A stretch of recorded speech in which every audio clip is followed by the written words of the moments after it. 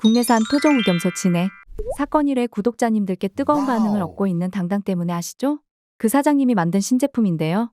이 흑염소 진액도 자부심이 엄청나세요. 왜 그런지 마셔보시면 아시는데요. 요즘 흑염소가 효능이 좋다고 알려지면서 값이 상당히 비싸졌어요. 그래서 그냥 염소를 쓰는 업체들이 많다고 해요. 하지만 이 흑염소 진액은 100% 국내산 흑염소를 사용했다고 합니다. 또 인공사육이 아닌 자연 방목형으로 키운 흑염소의 육골을 통째로 넣었다고 말씀하시고요. 또 흑염소와 궁합이 좋다고 알려진 발효된 녹용, 6년근 홍삼, 백수호, 가시오가피 등 한 15가지 종류의 국내산 귀한 한약재들을 넣고 정성껏 만들었다고 합니다.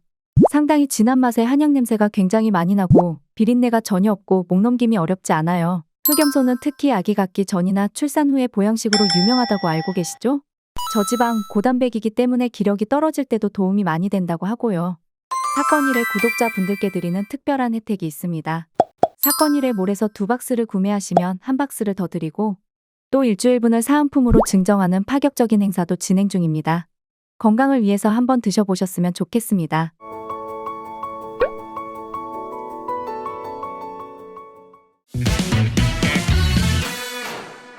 예, 오늘 말하고 안 해야 되는데 자꾸 342회네. 네. 염 교수가 짝수니까 342회. 사건 의뢰를 시작한 게 2018년. 오래됐네요. 8년 됐어, 8년. 8년 동안 대한민국 살인 사건을 지금까지 오늘 현재까지 달려온 게 342회. 참 많이 됐어요, 그죠? 52주로 나누면 7년. 7년 그러니까 딱 7년. 거의 한 8년. 이거만 시리즈로는 7년 하셨네. 342회. 그러면 사실은 342회 속에는 그동안 대한민국에서 일어났던 컸다고 느껴지는 사건, 쇼킹하다고 느껴지는 사건은 거기 다 포함되어 있습니다. 네. 342개 네. 속에. 물론 아직도 살인 사건은 그거보다 아마 이거보다 몇 배 더 많을 거예요. 네. 발생했던 살인 네. 사건은. 그렇지만 그래도 비교적 큰 사건이고 일반 대중들이 금방 알아들을 수 있는 사건, 이목이 집중됐던 사건은 342회 대한민국 살인 사건 속에 다 들어있어요. 네, 네, 네. 그거를 이제 한 7년, 8년 가까이 이제 진행을 해왔는데 오늘 사건 의뢰에서는 제가 342회 오늘 우리 염건영 교수하고 대한민국 살인 사건 342회를 마지막으로 이제 사건 의뢰에서는 이제 종료를 하게 돼요. 고생하셨어요. 이제 종료를 하게 돼서 이제 감회가 또 한편으로는 좀 새롭기도 하고 그렇습니다. 오늘 제가 찾아온 사건은요. 2022년 사건이니까 비교적 최신 사건이에요. 가까웠던 사건이에요. 예. 근데 이제 이 사건을 선정한 거는 뭐 이거는 좀 약간 가볍게 좀 생각하고 왔는데 차찰남이 사건이 요 근래에 네. 터졌잖아요. 약간 이 진짜. 조선족에 의한 사건이 뻥 터지길래 그거하고 이제 같은 맥락에서 그냥 경각심도 좀 갖고 네. 이 경각심은 주의해야 될 우리들도 경각심을 가져야 되고 네. 경계심인가요? 네. 그거는 그래야 되고 조선족으로 우리나라에 와 있는 사람들 뭐 중국인의 엄밀히 얘기하면 뭐 그 사람들한테 경각심을 가져라 혹은 조심해라 뭐 아니면 자정 노력을 해라 뭐 이런 의미의 꼭 그 뜻은 아니고요. 네. 그래도 한 번쯤은 되돌아볼 필요는 있지 않느냐 네. 이런 말을 하고 싶어서 좀 골라봤어요. 네. 이 사건이 발생한 거는 2022년입니다. 2022년 얼마 안 됐죠? 3년 됐죠. 5월 11일 날. 네. 5월 11일 날 서울시 구로구 구로동에 있는 한 공원 인근에서 네. 막 공사장도 있고 막 그래요. 그 인근에 조선족 최 씨가 네. 그 당시에 42살입니다. 네. 남성인데 네. 이 사람이 필로폰에 취해가지고 아유, 또 약에 취했네요. 또. 네, 그러니까 필로폰 마약에 취해가지고 주사위 꽂았네. 거기를 지나가고 있던 한국인 60대 남성을 이 도로에 화단 같은데 경계석 비슷하게 네. 있는 거 있죠. 예. 연석. 연석이라고 그러죠. 이걸로 머리를 그냥 마구 폭행해가지고 아이고, 어떡하냐. 그 필로폰에 취해가지고 네. 그래가지고 살해를 해요. 그 다음에 주머니를 뒤져가지고 그 사람이 가지고 있던 47만 6천 원을 강취해서 도망간 사건이죠. 강도살해네, 일단. 강도살인이죠, 네, 강도살인. 강도살인. 예, 이런 사건이 발생했어요. 자, 얘는 이 최 씨 얘는 네. 이제 먼저 얘기부터 하고 뭐 이미 이거는 앞에서 뭐 취시라고 내가 밝혔으니까. 네, 결론 나왔고. 2022년 5월 11일 날 03시 39분이에요. 네, 새벽이에요. 새벽 03시 39분경에 이 최가가 구로구에 위치해 있는 중국 식품점. 네. 그러니까 왜 보니까 베트남 음식점 그러니까 식품 부자재 파는 데 있어요. 예. 뭐 터키 예, 예. 음식 파는 거 그 식재료, 네, 식자재 예. 이렇게 팔고 그런 거 비슷한 네, 거예요. 식자재 마트. 그러니까 여기도 아마 이제 구로구 쪽에 이 중국인들이 많이 살다 보니까 중국 식품점이 있나 봐요. 네. 그러니까 아마 뭐 재료죠, 재료. 네. 음식 재료. 그 옆에 길에서 그러니까 거기 근처가 집 하운다리였던 것 같아요. 네, 네, 네. 그래서 거기 근처에서 옆에 길에서 은박지, 음. 은박지하고 빨대를 이용해서 네. 필로폰을 흡입 도구를 만들어요. 은박지하고 빨대를 코로 이용해서. 위했구나, 얘는. 네, 맞습니다. 흡입 도구를 만든 다음에 필로폰을 흡입을 해요. 상습인데 이 정도. 나이타 켜가지고요. 아시잖아요. 전기로 해서 네. 흡입을 한 거예요. 그러니까 완전히 환각 상태에 들어간 거죠.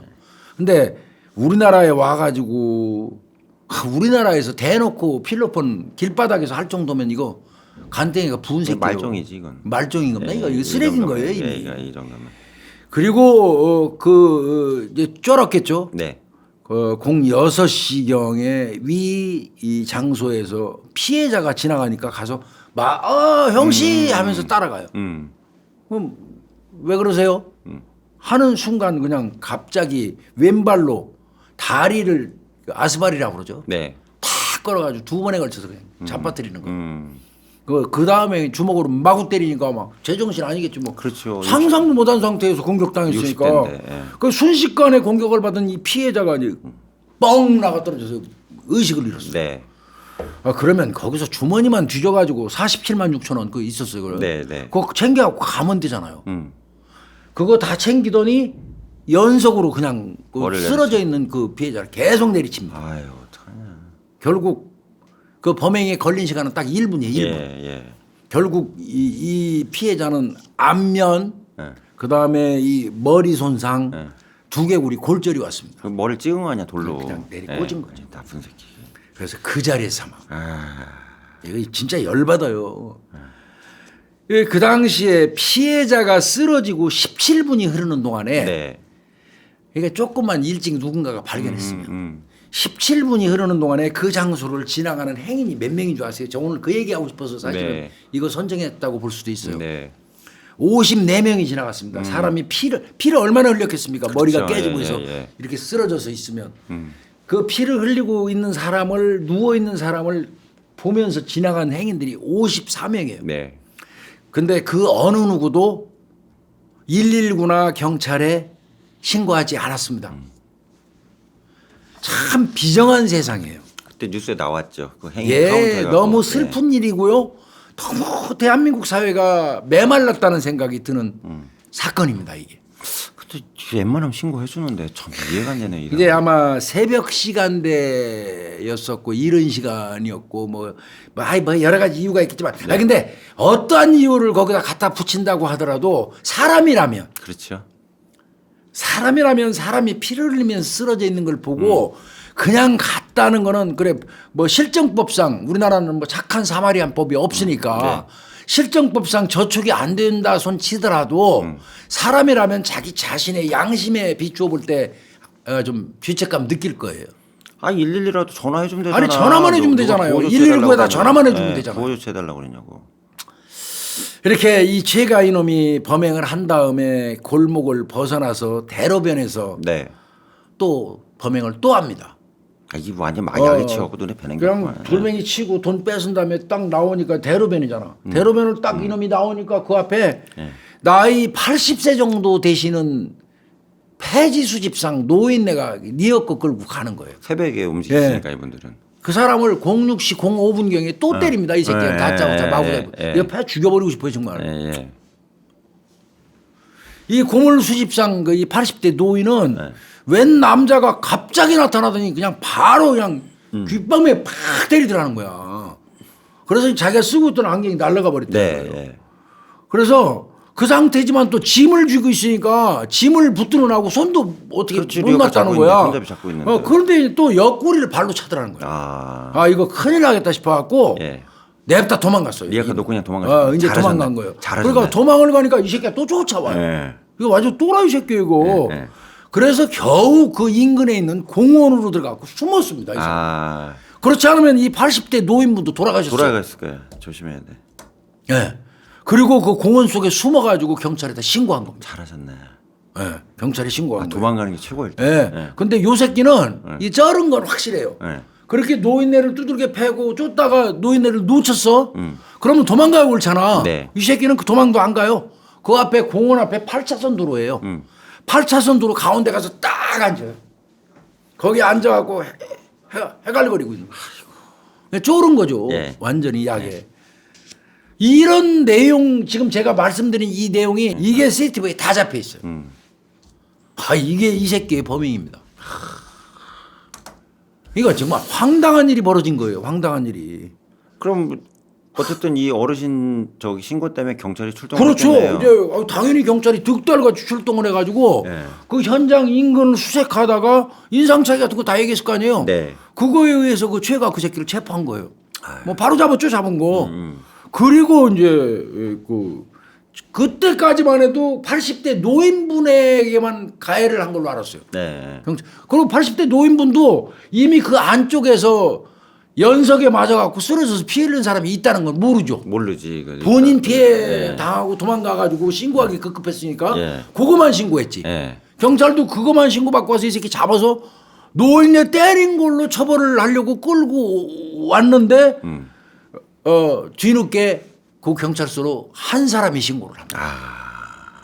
그래 한 사람은 있었던 겁니다. 네, 네, 네. 지나가던 한 명이 신고를 해갖고 뒤늦게 이제 구급차가 출동을 하고 그분을 이제 병원으로 이송을 했지만 그분이 사망을 한 거예요. 아유. 그러다 보니까 80대 노인이 맞았던 장소하고 인접하잖아요. 그렇죠. 인접하게 그러면 이게 동일범수 행위 아니야? 예, 예. 사람을 벽돌로 친 놈이 예. 이렇게 이제 경찰이 판단을 한 거예요. 판단 빨리 하셨네요. 예, 그래서 인지를 하게 된 겁니다. 예, 예, 예. 자, 이 범인 그러면 최가 이놈은 도대체 어떤 놈이냐? 예, 이 새끼 43살이에요. 예. 43살 조선족이고요. 예. 일용직 노동자입니다. 우리나라에서. 이 새끼 일이나 열심히 하지 이 새끼 말이야. 그리고 이 새끼는 역시 마약 상습 투약자입니다. 예, 마약 상습 투약자예요. 돈 벌어 이거 갖고 이거만 했네. 암덩어리가 우리나라에 와 있었던 거예요. 예, 암덩어리가. 예, 예. 중국에서 소화. 중국에서는 마약하면 바로 넥타이 공장 가요.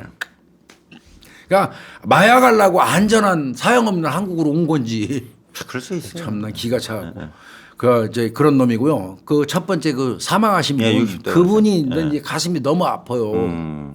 그분이 63세예요. 63세고 주거지가 없어요. 숙박업소를 전전합니다.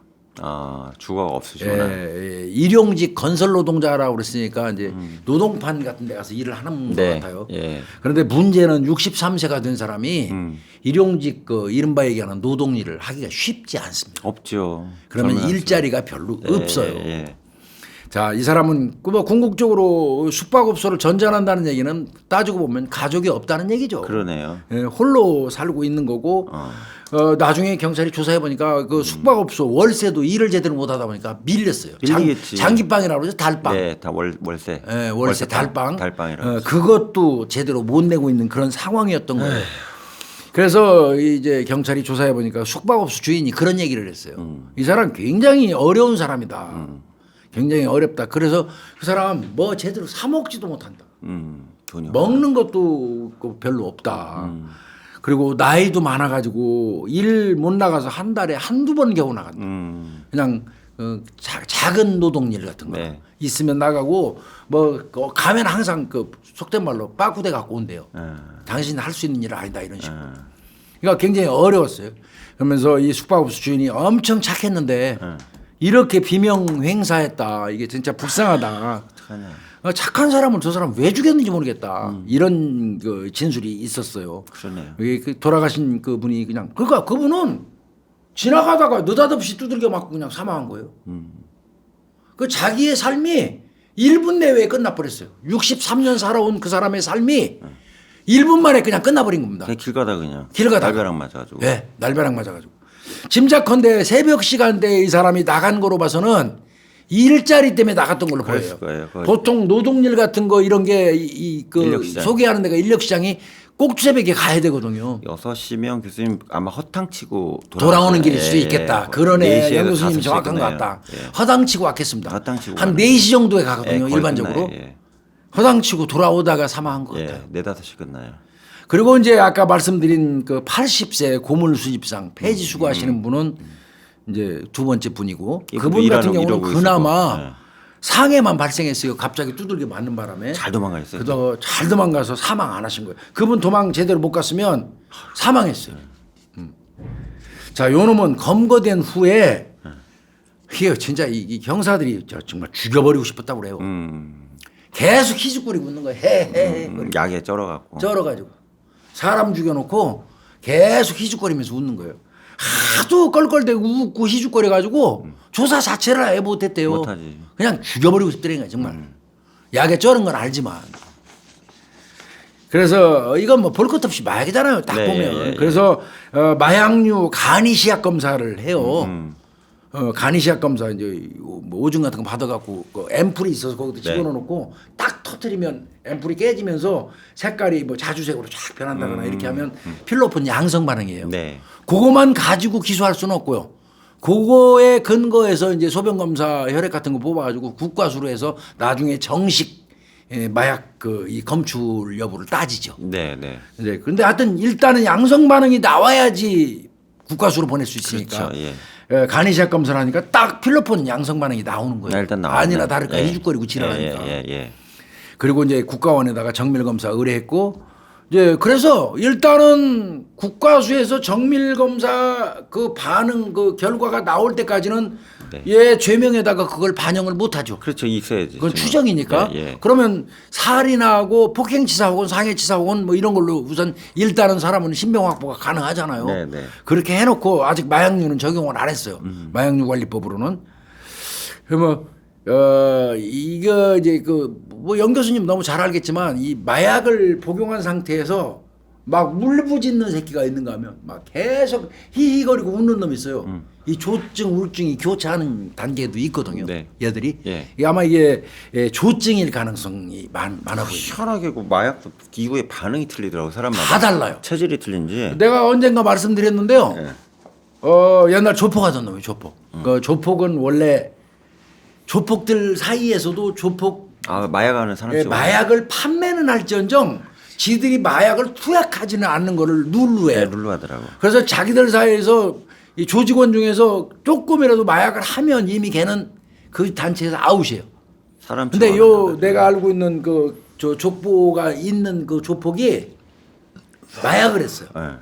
마약을 하니까 그 주변 조폭들도 다 걔를 이제 팽개쳤어. 원래하죠. 예. 버렸어. 그러니까 이제 홀로 된 조폭이 된 거야. 예. 근데 이놈이 이제 그 저 형사 기동하는 날인데 신고가 들어왔어. 그 큰 시장 사거리에서 지금 볼 때리는 연상이 벌어졌다는 거야. 뭔 짓을 하는 거예요? 뭔데? 백조대가. 낮에부터. 예. 그 뭐냐 그랬더니 아니 새벽 시간 막 돼서 예, 예. 막 동터 갖고 사람들 움직일 때. 예. 이게 뭔데 그랬더니 빨리 출동하래서 가보니까 쓰레빠는 신었어요. 팬티만 입었어요. 어떤 새끼가 막 살은 이렇게 쪘잖아요.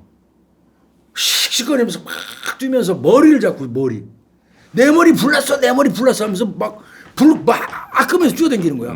시장 바닥 거기를. 난리 났겠네 시장에서. 팬티 바람에 쓰레빠만 신고 문신도 머리가 이렇게 있는데 머리를 붙들고 막 불 끄면서 막 불났다고 불 꺼달라고 소리 지르고 뛰어다니는 거야. 네. 그럼 보니까 걔야. 얼마 전에 죽었습니다. 내가 그게 확인했는데 네. 젊은 나이에 죽었어요. 그걸 잡아가지고 왔어요. 네. 보니까 계속 불났대 지금. 큰일 났다는 거야. 머리에 불나서. 약했구나 걔도. 그 조사하니까 필로폰 때렸더라. 아이고. 그러니까 이게 반응이 지금 저 영 교수님 말씀하신 것처럼 진짜 다양해요. 진짜 다양해요. 아니 스펙트럼이 아주 넓어요. 그리고 죄책감에 쩔어가지고요. 그 경우 우리 이제 형사들 말로 주웠다 하는 거 있어요. 죽었다 보면 마약사범 하나 주웠다 하는 게 그건데 운 좋으면 파출소 근무하다가 마약사범 하나 죽을 수도 있어요. 그냥 쓱 문 열고 들어와요 새벽에. 네. 그래가지고 막 바들바들 떨면서 그냥 지가 약해. 살려주세요. 제가 살려주세요. 자수하러 왔어요. 막 이거 살려주세요. 하는 거 있어. 네. 근데 옆에 가보면 술 냄새는 하나도 안 나. 네, 네. 그거 주신 겁니다. 네. 그게 마약을 하면서 잠재적으로 마약하다가 경찰한테 검거되면 어떡하지 하는 그 우려가 그대로 연결되는 거래요. 그 두려움이. 그래가지고 경찰에 지발로 오는 거예요. 그래서 걔는 낫네. 그건 죽는 거예요. 그건, 네, 사고 나. 그건 많이 잠작해줘. 네. 그 마약 사범들 이 양태 보면요 정말 웃기는 놈들 많아요. 정말 웃기는. 얘는 계속 희죽거렸대요. 그냥 계속 그냥 웃기만 했다는 거예요. 계속 깔깔대고. 사람 죽여놓고. 사람 죽여놓고 웃기만 했다는 거예요. 근데 이제 여기서 또 이 사건이 가슴이 아픈 게 그겁니다. 그 돌아가신 분이 무연고 처리될 수밖에 없잖아요. 아, 그 가족이 아예 가족이 아예 없으니까 네, 그 네. 시신을 인수할 사람이 없는 겁니다. 네. 그 인수할 사람이 없어갖고 이런 경우에는 국가에서 무연고 사망 처리합니다. 이제 즉 말하면 국가라고 그러면 이제 지자체예요. 네.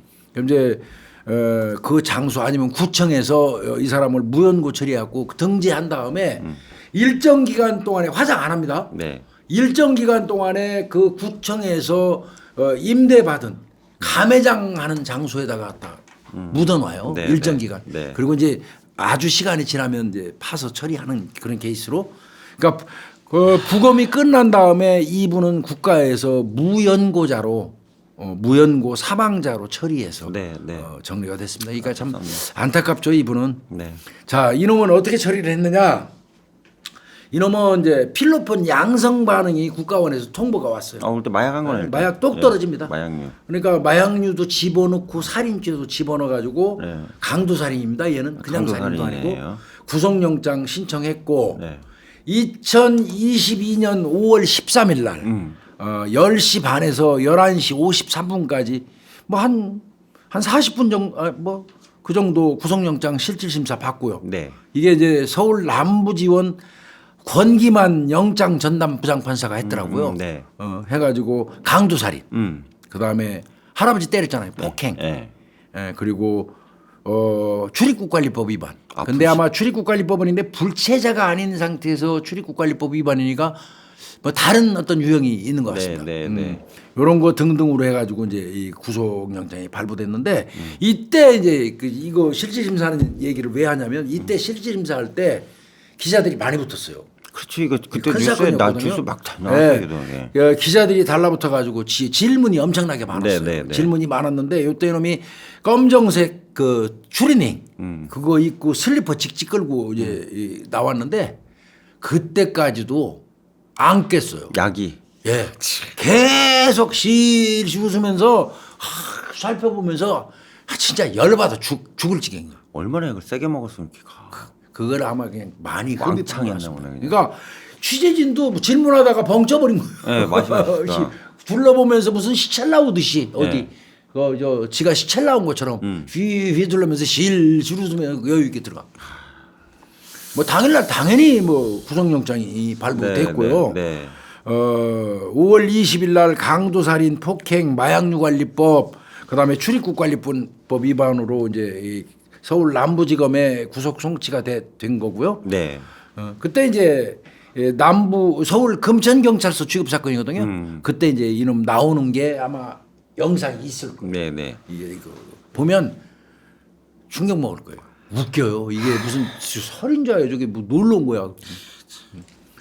그리고 요놈 재판은요. 네. 어떻게 됐어요? 이거?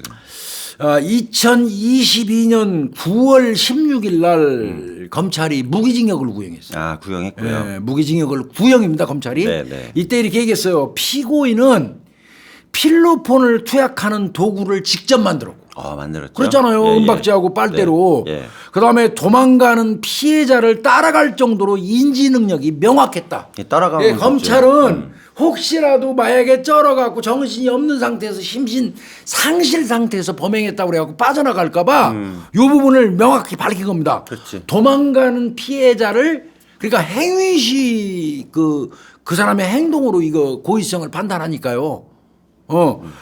도망가는 피해자를 따라가면서까지 할 정도로 했다면 이건 인지 상태가 명확했다는 거죠. 명확하다 봐야죠. 뻑같다는 건 예, 아니라는 예, 거예요. 예, 예. 이거를 검찰이 강조하면서 무기징역을 때린 거예요. 네. 그러면서 CCTV를 보면 피해자로부터 빼앗은 돈을 세는 모습도 보입니다. 그것도 인지 능력 있는 거죠. 숫자가 있는 하나, 겁니다. 둘, 이거 셋, 이게 넷, 중요해요. 예, 이게 예. 돈을 세는 모습도 보인다. 네. 심신미약 감경은 절대 불가능. 저 부당하다. 약을 했다 하더라도 이렇게 검찰이 우려가 돼가지고 그렇게 합니다. 이 최가 이 새끼는 나중에 그 살해 동기에 대해서 뭐라고 떠들었냐면요. 네. 이 새끼 웃기는 새끼예요. 관세음 보살이 자기한테 관세음 보살이 구로에 있는 나쁜 놈들이 많으니까 조만간 걔들이 전쟁을 일으키니까 그거 네가 가서 막으라 그랬대. 말이 되냐고. 이게 뭔 소리예요 이게? 뭐 관세음보살이야. 관세음 보살이 나한테 구로에 나쁜 놈들이 있어갖고 걔들이 지금 전쟁을 획책하고 있으니까 네가 빨리 가서 막아라. 네. 그래서 가서 그 죽였다는 거예요. 그럼 그 사람이 무슨 뭐 전쟁 획책하는 사람이라 죽인 거예요? 그러니까 말도 안 이 되죠. 새끼 아주 그런 소리 계속 씹으랬어요. 근데 이거 다분히 의도적으로 심신미약이나 상실로 가려고 씹으린 게 아닌가 싶어요. 미치정한 것 같아요. 그렇죠. 예, 그냥. 그래서 이제 1심이 열렸는데 네. 2022년 10월 6일이에요. 네. 약 한 달 있다가 서울 남부지방법원 형사 합의 13부입니다. 이상주 부장판사 네. 징역 35년 줬어요. 이제 유기징역 최고를 때리셨네 그냥. 예, 유기징역이 최고 35년. 그다음에 10년간 위치 추적 전자장치 부착 명령. 출소 후.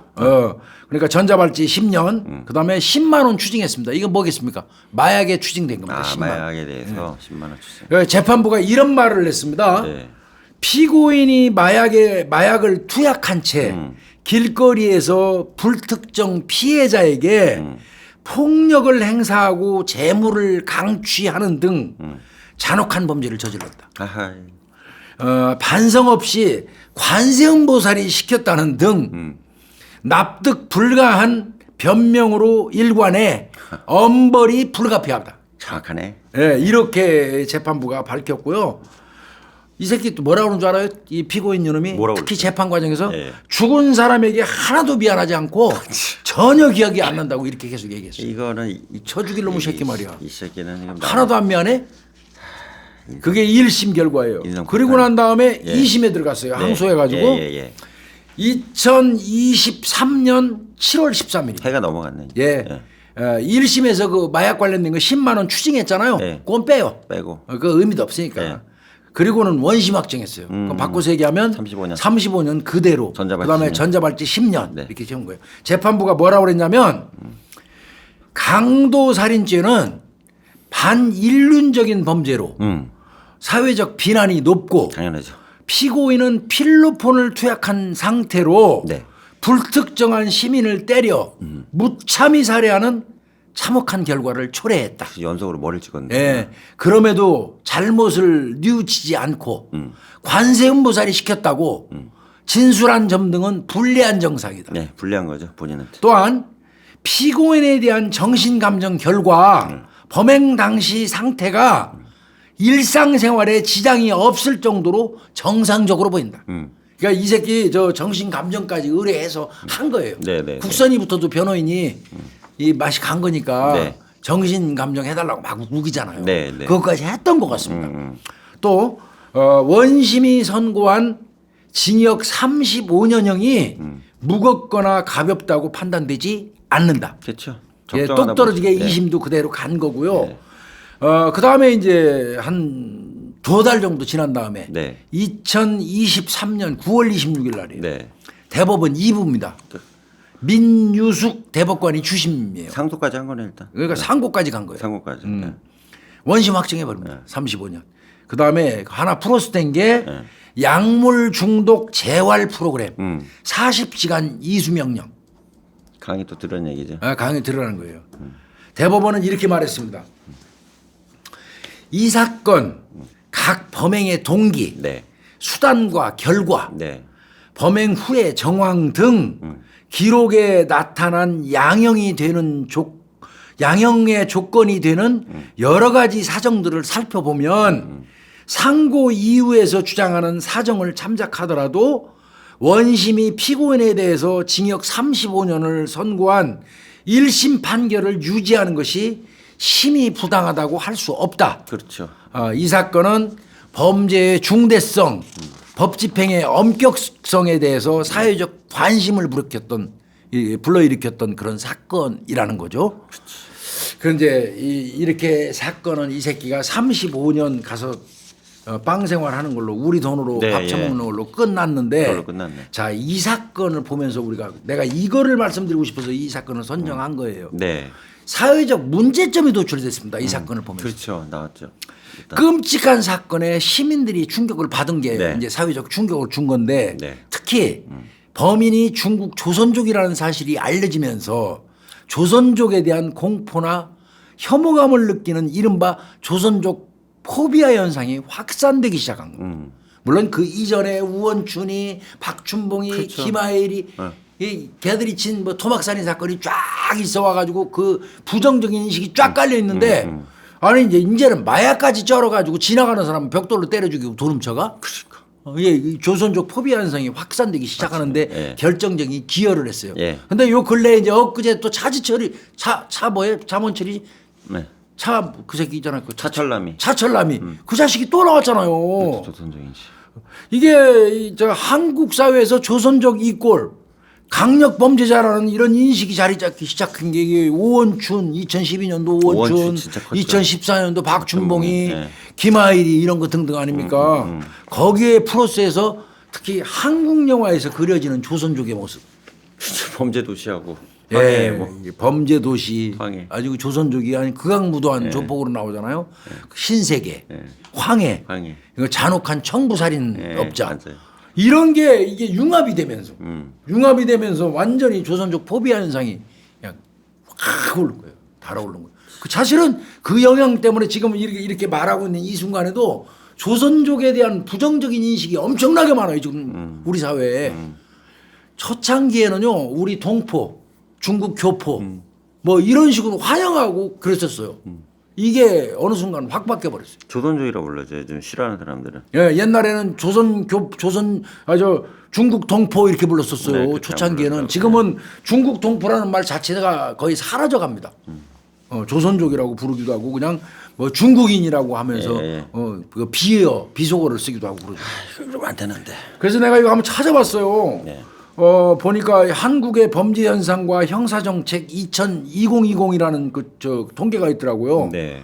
여기에 2015년부터 2019년까지 외국인 범죄자 검거 인원이 17만 9,105건이에요. 아유, 맞네.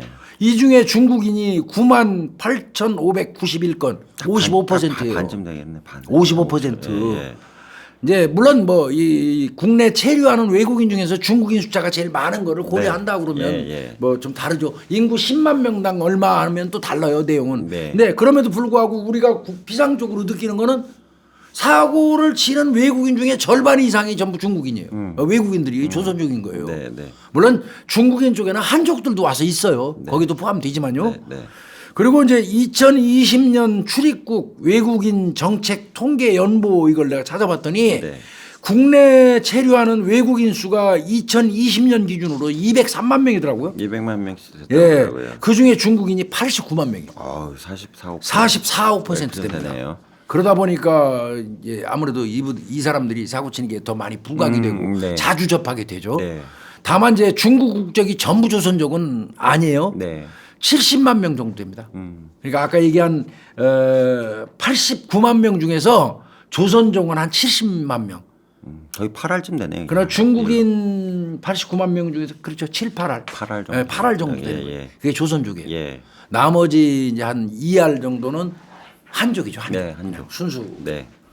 근데 그들에 의해서 그러니까 아까도 말씀드린 것처럼 인구 10만 명당 범죄자 검거 인원 지수로 이렇게 따져보면 가장 이 범죄자 지수가 높은 나라가 몽골하고 파키스탄하고 러시아 쪽. 그렇겠지. 그다음에 키르기스탄, 우즈베키스탄 인구 순으로 레벨. 쭉 예, 가고 예, 중국은 한 7등 정도 돼요. 예. 7위 정도 되는데 근데 그렇게 따지면 사실은 이들이 제일 많이 사고를 친다고 볼 수는 없어요. 숫자는 많겠죠. 그럼에도 불구하고 숫자가 압도적으로 많다 보니까 예. 그들이 치는 사고가 사회에 부정적인 영향을 숫자적으로 엄청나게 영향이 미치는 거죠. 예.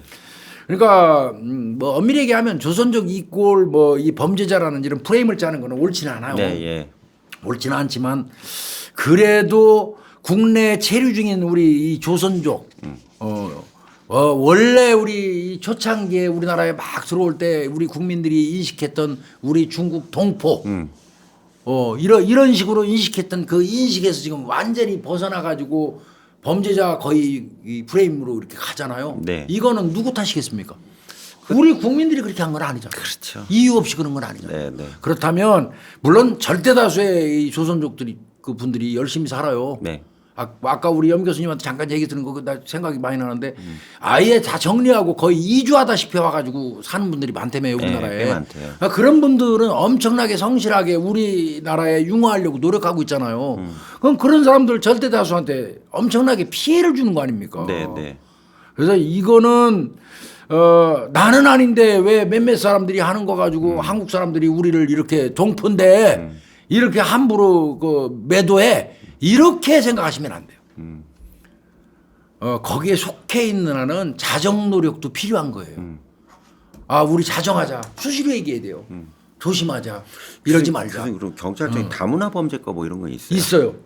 그 전에는 없었는데요. 이제 다문화 관련된 그래서 이제 우리나라에 들어왔고 귀한 사람들을 그 경찰로 특채해가지고 네, 저 그때 교수님만 활동 그렇게 해서 경찰로 활동도 하게 해요. 중국인 그때 경찰학교 학생도 있었고 그러니까. 말레이시아 학생도 있었고. 있었습니다. 네, 70. 그래서 제가 꼭 말씀드리고 싶은 거는 막 조선족 분들이 몇 분이 나한테 막 그러더라고 억울하다고. 네, 억울하다 그래. 저도 사고 그래요. 치는 새끼들은 몇 놈 안 되는데 퍼센테이지를 따져도 그렇고 얼마 안 되는데 그놈들이 사고 쳤다고 우리는 열심히 일하는데 네, 저도 그래요. 막 같이 매도하니까 이거 모국에서 너무 우리한테 좀 잔인하게 대한다 서글프다 막 이런 얘기를 하는데 맞아요 맞기는 그분들 말씀이 틀리다는 얘기는 아니에요. 그럼에도 불구하고 같은 이론이잖아요 어찌됐건 자정 노력은 좀 많이 하셔야 돼요. 관계가 있건 없건.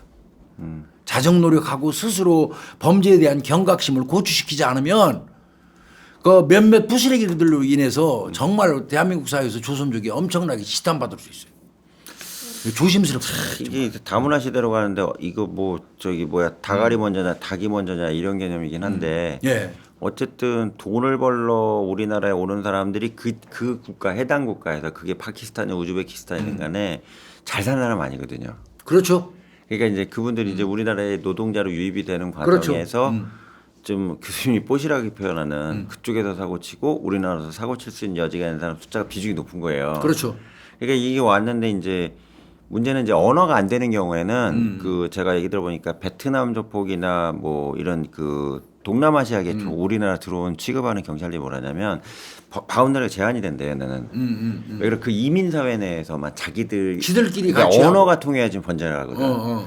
근데 이제 조선족 분들 같은 경우는 오면 일단 말이 말이 통하니까 그러니까 범죄도 이제 언어가 통하는 사람만 공격을 하거든. 당연하죠. 그러니까 다른 이제 다문화 다른 국적에 있는 범죄자나 범죄 조직보다 조선족이 광범위하다고 그러더라고요. 접촉면이 넓으니까. 그러니까 넓으니까 말이 접촉면이 되니까 넓고 내국인하고 소통이 가능하니까. 예. 그 범죄 피해자가 내국인이 될 수가 있는 그러니까 거예요. 다문화 사계도 압도적으로 조선족이 많은 게 말이 통하니까. 말이 통하니까. 예, 그런 문제가 또 있더라고요. 그 파키스탄 비키파도 있고 많아요. 지들끼리 파 많아요. 예, 근데 와서 안 되니까. 대체로 그것들은 또 진해 그 맞아요. 여기 들어와 있는 동포들 돈 뜯어 먹어요. 예, 그렇게밖에 안 된대. 걔는. 그런데 이 조선족 쪽은 이제 말씀하신 게 맞아요. 접촉면이 넓으니까. 접촉면이 넓잖아요. 네, 이게 되니까. 그러다 보니까 내국인이 피해가 되는 확률이 상당히 네, 많고 그게 그래서 더 지탄을 많이 받는 것 같기도 하고. 근데 그럼에도 불구하고 나는 아닌데 왜 싸잡아서 매도해 이런 생각을 하지 마시라고 하고 싶어요. 이러면 안 된다 하는 거를 적극적으로 말씀하셔야 돼요. 스스로 그 조직 내에서. 그래요. 이제 미국 같은 자정 경우, 노력이 그래도 필요해요. 옛날에 교수님 아시죠? 미국 교포사 LA 있잖아요. 예. 교포사에서 한인갱단이 막 생겼거든. 많았었죠 예, 하니까. 한 8, 90년 셌어요. 심했잖아요. 근데 그거를 제어할 때 교포사회가 달려들었대요. 그렇게 안 하면 안 그 된다니까요. 새끼들 때문에 우리 범죄 네, 그렇습니다. 보인다고 그래가지고 적극적으로. 보이면 다 족족 신고했다고 그러더라고. 조카인데도. 제가 지금 말씀드리고 싶은 게 염 교수님 예. 사실은 그 얘기예요. 그 얘기입니다. 왜 그러면 자기들이 아니까. 맞습니다. 교포사회가. 자, 전체가 매도되지 않으려면 예.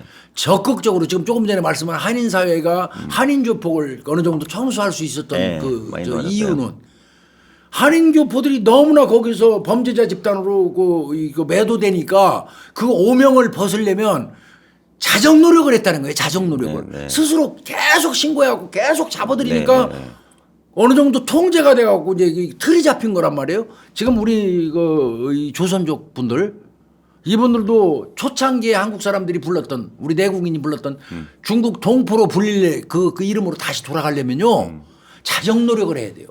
스스로 적극적으로 신고해주고 그 범죄 예방을 위해서 제3자 입장에서라도 말을 해야 돼요. 근데 제가 일선에 있는 후배들 그 얘기를 들어보면요. 이 조선족들이 많은 동네를 관할하는 경찰 후배들 얘기를 들어보면 수사가 안 된답니다. 수사가 안 된대요. 뭐 자질구레한 거 요만한 거 하나만 있어도 자기들끼리 똘똘 뭉쳐갖고 가서 뭐 물어보면 얘기 안 해줘. 절대 말 안 해주고 절대 대답 안 해준다는 그러니까 거예요. 공격적으로 나온다 그래요. 오히려 막. 그러니까 그런 현상이 지속되면요. 아까 할인사회처럼 적극적으로 신고하는 게 아니고 자정 노력을 스스로 안 하고 계속 숨기고 끌어안고 잘못된 것까지 이러면서 사고 치면 정말 이거는 내가 볼 때 우리 사회에서 융화 못해요. 그리고 또 하나 이제 역으로 말씀드리면 교수님 말씀에 반박하는 네. 건 아니고요. 근데 이제 이들이 이제 장기적으로 20년, 30년 계시다 보니까 특정 산업 영역에서 이분들 이외에는 우리나라 사람이 안 하는 섹터 일이 많아요. 그렇죠. 그렇죠. 예를 들어서 뭐 이제 뭐 가공 식품 할 때 뭐 가공을 육가공을 한다던가 도축 그다음에 뭐 이런 뭐 거. 이사 같은 경우도 지금 외국인들이 압도적으로 많이 맞습니다. 하잖아요. 맞습니다. 그리고 그 도장 있죠. 이렇게 페인트 칠하는 것도 외국인 많이 한다고 그러더라고요. 지역에 가면. 근데 아니 근로 현장 건설 현장 거의 다 해요. 근데 그 섹터에서 만약에 가서 일을 하려면 이 자기 그 교포 사회에서 문제가 되는 걸 신고하는 고발자로 이렇게 찍히게 되면 아 그 사람은 이제 일을 못 한대요. 그러니까 이제 자꾸 숨겨주는 거야. 예, 그게 또 제재가 들어간다고 하더라고요. 저 직접 들은 얘기거든요. 맞는 말씀이에요. 그건 100번 저번 맞는 그러니까 말씀인데 이게 그러니까 그러면 안 되는 거죠. 신고하는 게 맞아요. 신고하는 게 맞는데 이게 내부적으로 또 그게 숫자가 많다 보니까 자기들끼리 그런 문화가 또 형성되는 문제점이 있다고 비판적으로 얘기를 하시더라고요. 근데 궁극적으로는 그거를 스스로 극복하지 못하면 극복해야죠. 극복 네. 극복하고 스스로 자꾸 신고하고 자정 노력을 하지 않으면 내가 볼 때는 조선족들이 대한민국 사회에 내밀하게 섞일 수가 없어요. 그렇죠. 그게 그래서 그러다 보니까 또 제가 그냥 들은 대로만 전달해 드릴게요. 그러니까 조선족 쪽을 제끼고 말이 좀 들통하더라도 베트남이나 라오스, 캄보디아 쪽을 이렇게 쓰시는 산업계도 있대요. 왜 그러냐 그랬더니 저기는 최소한 사고는 안 치잖아. 맞아요. 뭐 이런 사고가 있다고 그러더라고요. 그거 큰일이야. 예, 이렇게 되면 안 돼. 이게 그가 좀 교수님 말대로 자정 노력도 해야 되고 우리가 차별하면 안 되겠지만 아, 그럼요. 근데 여기에 흡수해서 살려면 교수님 말씀대로 야 우리 내부의 문제는 이건 문제 아니냐 그 용기 있게 좀 드러내는 게 저도 필요하지 않나 싶어요. 맞아요. 그렇게 해줘야 됩니다. 예. 그 지금 우리 염 교수님이 오늘 제일 중요한 얘기한 것 같아요. 한국 사회의 코리안 갱, 한국 갱들이 그렇게 발성표 70년대일 겁니다. 아, 아마. 7, 80년 난리 났어요. LA 쪽 이쪽에서는 네, 개판 치고는. 아주 개판 쳐가지고 아주 그냥 어글리 코리안 형태. 이거를 깬 거는 결국 교포 사회의 자정 노력이었어요. 요로 이 모델 이거를 지금 우리 한국에 와 있는 조선족 분들이 좀 흡수했으면 좋겠어요. 네.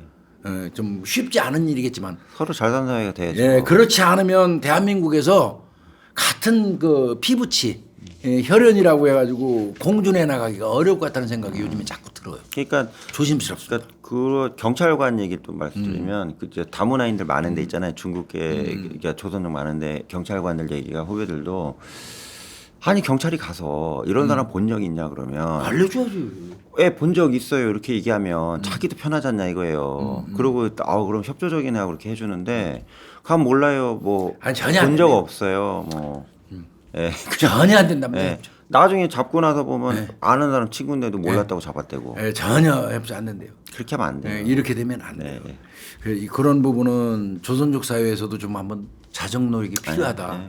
그다음에 이제 하나 더 이 사건에서 이 던져주는 어떤 의미, 네. 이제 그 조선족 문제 거에다가 두 번째는 뭐 방관자 효과 얘기하고 싶어요. 무관심에 관한. 이건 쉽지는 않아 내가 봐도. 이 사건에서 피해자는 머리 이런 데서 피를 흘리면서 흘리고 누워 계시죠. 17분간 쓰러져 네, 있었어요. 네. 17분간. 네. 아까 말씀드렸잖아요. 그때 그 장소를 거쳐 지나간 사람은 물론 그 중에는 못 본 사람도 있을 수 있어요. 네, 들벅거리다가. 예. 그러나 봤겠죠 대다수가. 54명이 지나가는데 그 누구도 다가가서 살펴보거나 신고를 하지 않았어요. 네. 이게 공동체 사회에서 과연 있을 수 있는 일인가 이런 질문이 있죠. 네. 조금만 누군가가 일찍 신고나 구조 활동을 했었으면 이분은 소생할 수도 있었어요. 네. 네, 그럼에도 불구하고 그게 없었다는 거. 그래서 이제 이 부분이 굉장히 문제가 됐는데 이제 그 근처가 막 공사 그 판 흔적이고 좀 지저분해요. 그 화면 보면 그래서 뭐 불리한 환경에서 거기에 뭐 근처에 있는 사람들이니까 아우 뭐 저 사람들 내가 상대하기 싫어. 술 먹고 쓰러져 있겠지 뭐 이렇게 술 먹고 생각하면. 퍼진 거지 뭐 그럴 수도 있고. 이런 의식이 지배했을 가능성이 있어 보이기는 해요. 그렇다 손치더라도 사람이 피를 흘리면서 쓰러져 있으면 그건 아니죠. 신고해야죠 바로. 그건 아니죠. 신고하는 건 어렵지 않잖아요. 네. 본인이 직접 돌볼 수는 없어도 여기 어딘데 사람이 피 흘리면서 쓰러져 있다는 신고 정도는 할 수 있는 거 아닙니까? 네. 그게 좀 안타깝고요. 그러니까 궁극적으로 얘기하면 신고하고 나면 막 가서 조서받고 그래서 나 귀찮아.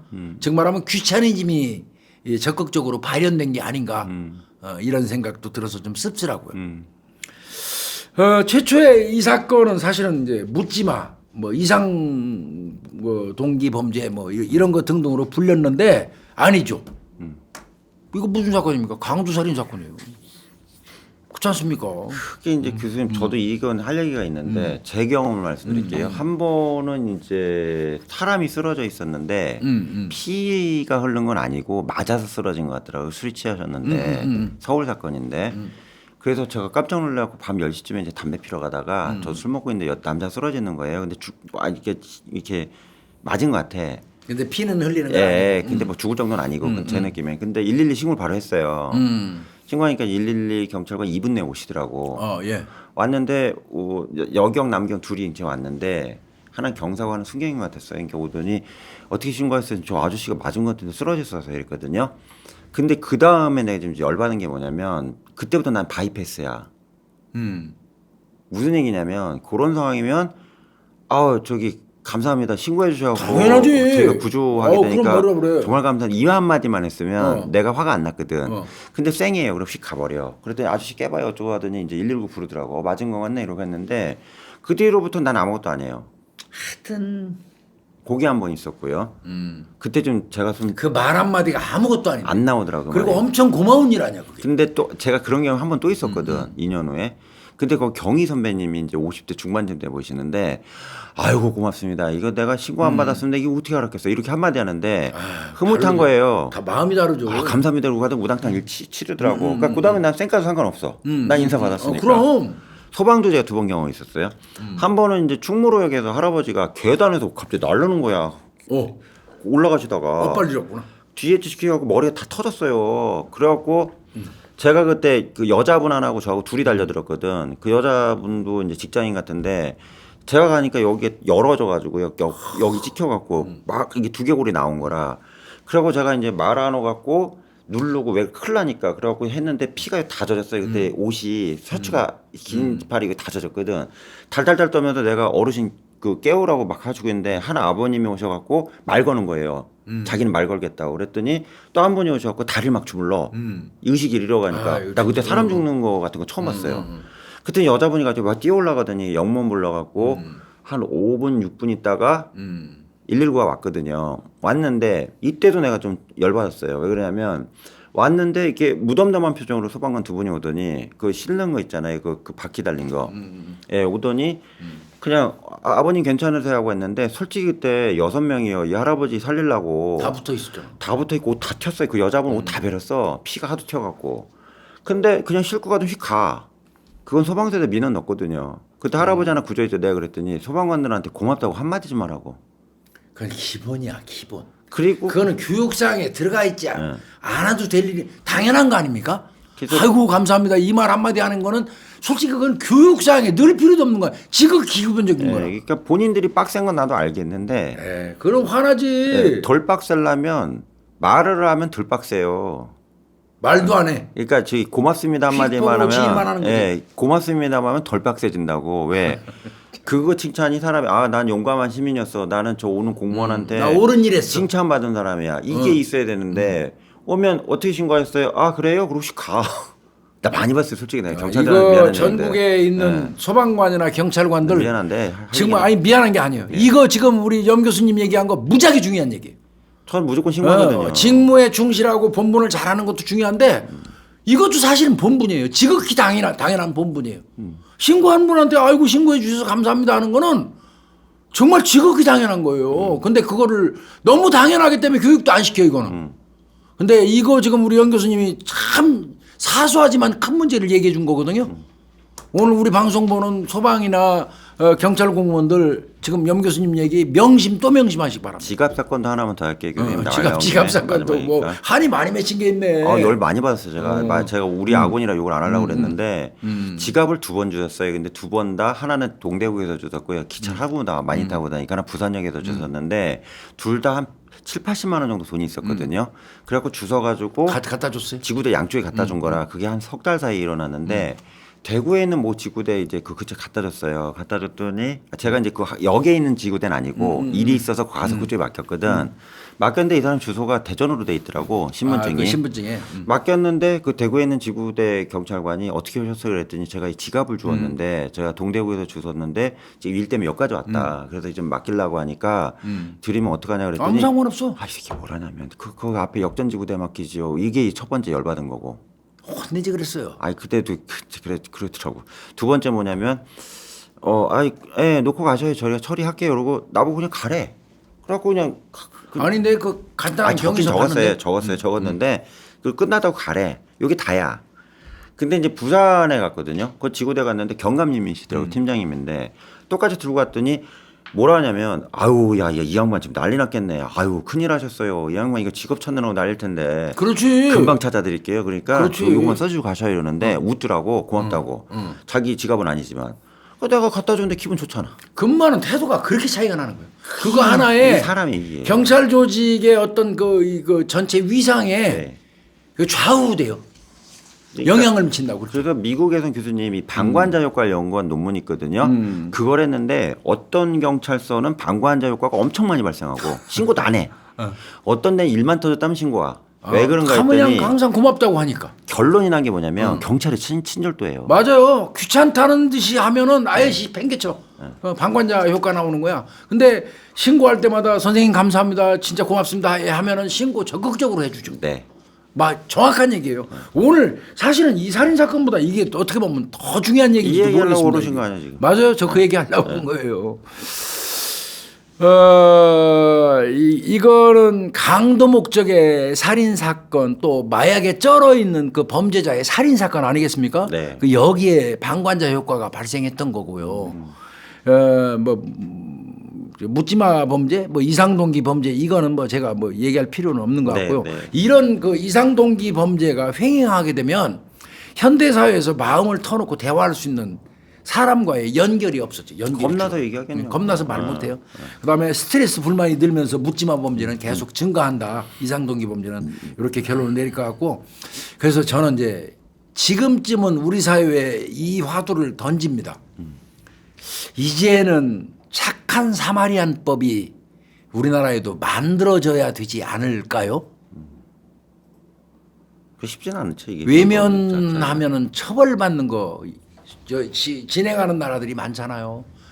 인간적인 도리로 사람이 피를 흘리면서 쓰러져 있으면 지나가다가 필연적으로 의무적으로 신고를 하는 착한 사마리안법 이거 우리나라도 지금쯤은 한번 고려해봐야 되지 않겠느냐 이런 생각이 들어요. 지금이야 법적으로 보호가 필요하고 의무가 있는 사람만이 그 방기했을 때 처벌을 하지만 그러니까 생판 남이 쓰러져 있으면 난 몰라야 돼. 우리 엄마가 쓰러져 있는데 내가 모른 척하면 처벌받아요.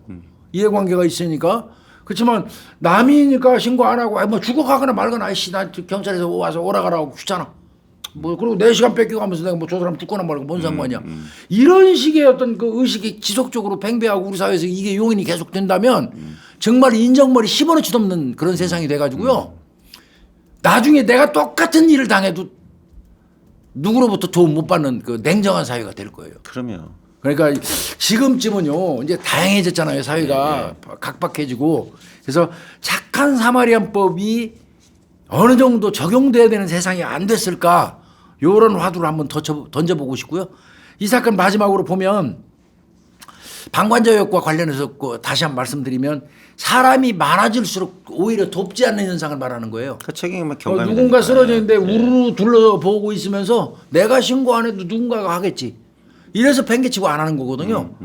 그래서 이 합리적 무시라고 그러는데 뭐 시간 뭐 비용 따지기 싫어서 그래서 이렇게 하시면 돼요.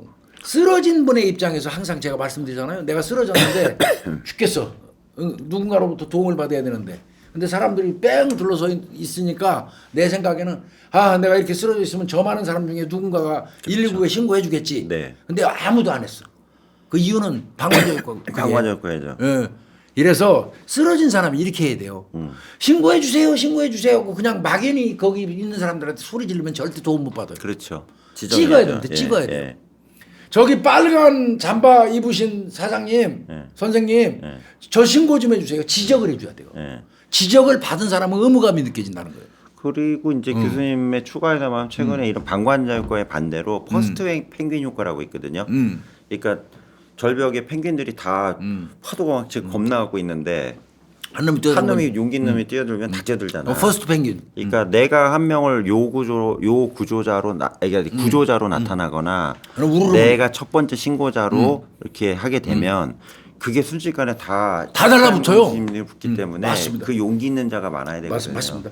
그러니까 퍼스트 펭귄이 많은 세상이에요. 예, 맞습니다. 첫 번째 펭귄이. 예. 하여튼 이거는 뭔가 시사하는 바가 좀 있는 네. 그런 그 강도 살인 사건 사건이었어요. 내용보다 그게 또 중요하네요. 네. 그래서 오늘은 그 뭐 차철남 사건 보면서 아유, 씨. 구로구 이게 정식으로 제목이 구로구 묻지마 살인 사건. 네, 예. 이거 상당히 우리 사회에 시끄러웠었어요. 예, 계속 나왔습니다. 조선족 문제, 그다음에 이렇게 방관자 54명이 지나가면서 신고 안 했다는 정말 말도 안 이건 말이 되는 안 너무 냉정하고 슬픈 사회잖아요. 슬픈 거예요. 그건. 뭐 이런 것 등등해서 오늘 했는데 아니 오늘 그 과정에서 제가 생각했던 것보다 염 교수님이 오늘 던져준 게 굉장히 중요하네요.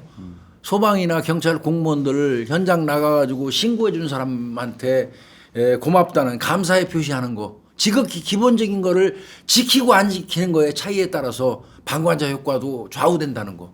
그러니까 경찰만 얘기하면 인성 차이가 그렇죠.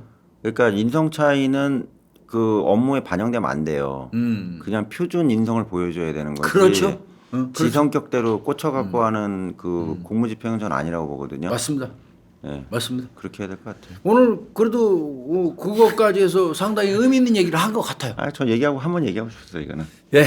그래서 이제 뭐 이 사건을 의해서 김복준의 대한민국 살인 사건은 342회로 오늘 구로구 묻지마 살인 사건을 마지막으로 정리를 고생하셨습니다. 하겠습니다. 감사합니다. 염 교수님 그동안 같이 또 하느라고 고생 많이 하셨어요. 고생했어요. 네. 예, 수고했습니다. 감사합니다. 예, 마칠게요.